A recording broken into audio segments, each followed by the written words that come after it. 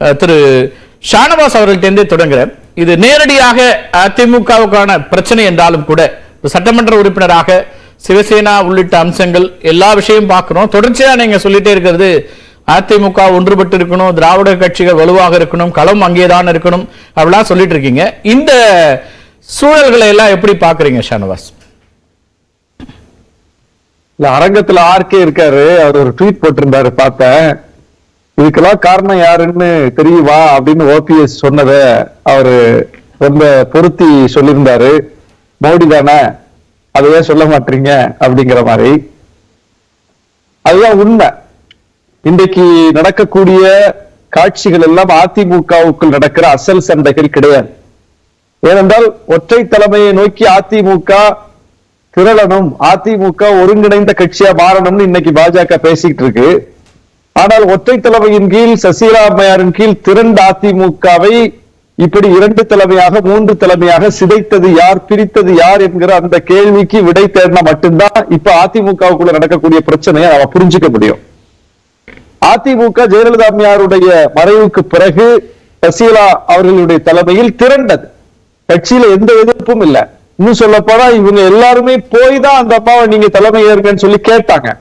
ஜெயலலிதா அம்மையார் மறைந்த துக்கம் கூட அகலுவதற்கு முன்னால் இந்த கட்சியை நீங்க தான் வழிநடத்தணும், நீங்க தான் எங்களுக்கு சின்னம்மா, நீங்க தான் தகுதியானவங்க, நீங்க சொன்னாதான் எல்லாரும் கேட்பாங்க என்று சொல்லி போயஸ் கார்டன்ல போய் சசிகலா அவர்களிடம் போய் நின்றது யாருன்னு கேட்டால் இவர்கள் அத்தனை பேரும் ஒருத்தர் கூட ஆட்சி தலைமை தான் ஏற்க சொன்னாங்க. அவங்க ஆட்சி தலைமைக்கு ஆசைப்பட்ட பிறகுதான் இந்த பிரச்சனை சிக்கல்லாம் வந்துச்சு.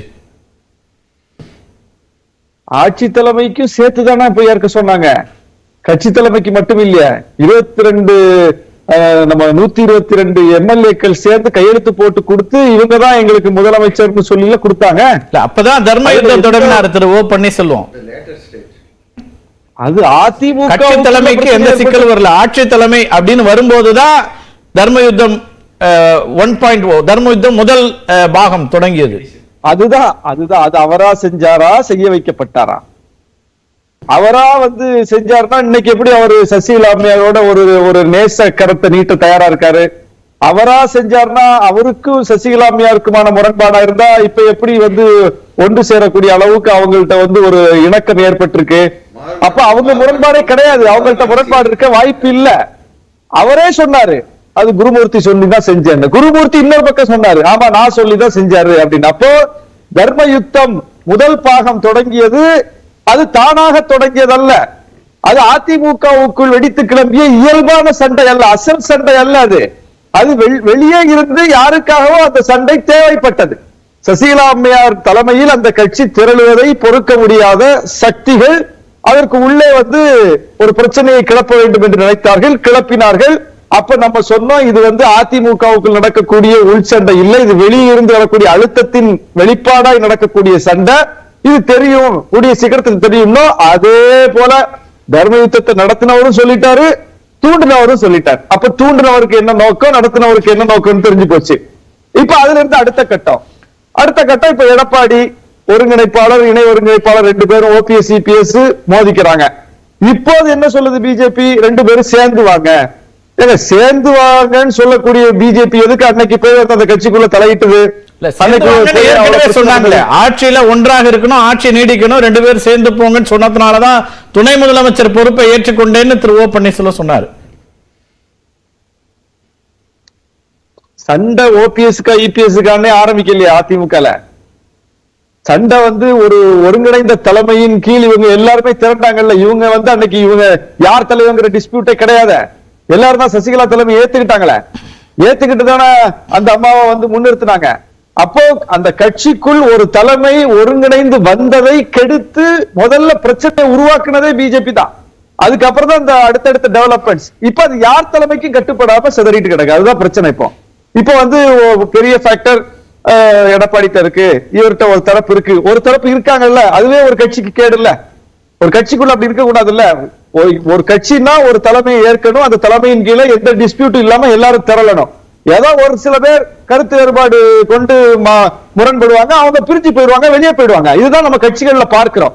ஆனா ஒரு ஃபேக்டரா இருந்து நாங்களும் இதுக்கு கிளைம் பண்றோம், நாங்க நினைச்சாலும் சின்னத்தை முடக்க முடியும், நாங்க நினைச்சாலும் கட்சியை பிளக்க முடியும், நாங்க நினைச்சாலும் வந்து தேர்தலை நிறுத்த முடியும், நாங்க நினைச்சாலும் வந்து தேர்தலை வந்து நம்ம சின்னத்துல போட்டியிடாம ஆக்க முடியும்னு ஒரு ஃபேக்டரா போய் நின்னு பிரச்சனை பண்றது அதிமுக மட்டும் தான் நடக்குது. அது ஏன் நடக்குது?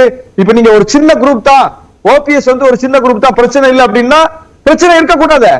ஆனா ஒவ்வொன்றுக்கும் போய் வந்து ஓபிஎஸ் கேட்க வேண்டி வருது இல்ல, அவர் கையெழுத்து போட்டு ஒப்புக்கொண்டாதான் தேர்தலில் நிக்க முடியுங்கிற சூழல் வருது இல்ல. அவர் வந்து எதிர்ப்பு தெரிவிச்சு சின்ன கிடைக்கவே கூடாதுன்னு நினைச்சாருன்னா சின்ன கிடைக்காம ஆகுது இல்ல. இது ஒரு பெரிய சிக்கல். அப்போ அது எப்படி ஒரு சின்ன ஃபேக்டருக்கு அப்படி ஆகுது? ஒரு 11 எம்எல்ஏ அவர் போறாரு, 122 எம்எல்ஏ இவங்க கையில தான் இருந்தாங்க. ஆனா 11 எம்எல்ஏ சொன்னது நடந்துச்சு இல்ல, சட்டமன்றத்திலே நடந்துச்சு, சட்டமன்றத்துக்கு வெளியே நடந்துச்சு, தேர்தல் ஆணையத்திலே நடந்துச்சு, கோர்ட்ல நடந்துச்சு. எப்படி அப்படி 11 எம்எல்ஏ பங்காளிகளுக்குள்ள சண்டை வருது அப்படின்னா பங்காளிகள்கிட்ட ஏன்பா பிரச்சனை பண்றீங்கன்னு கேட்க மாட்டோம், பக்கத்து வீட்டுக்காரங்கள்ட்ட ஏன் பிரச்சனை உண்டாக்குறீங்கன்னு கேட்கிற மாதிரில இருக்குது. இது உண்மையிலே பங்காளிங்க அடிச்சுக்கிட்டாங்கன்னா பங்காளிகள்கிட்ட கேட்கலாம். நீங்க பகையாளில வந்து இதுல தலையிட்டு இருக்காங்க, இப்ப பகையாளிட்டு தானே கேட்க முடியும்.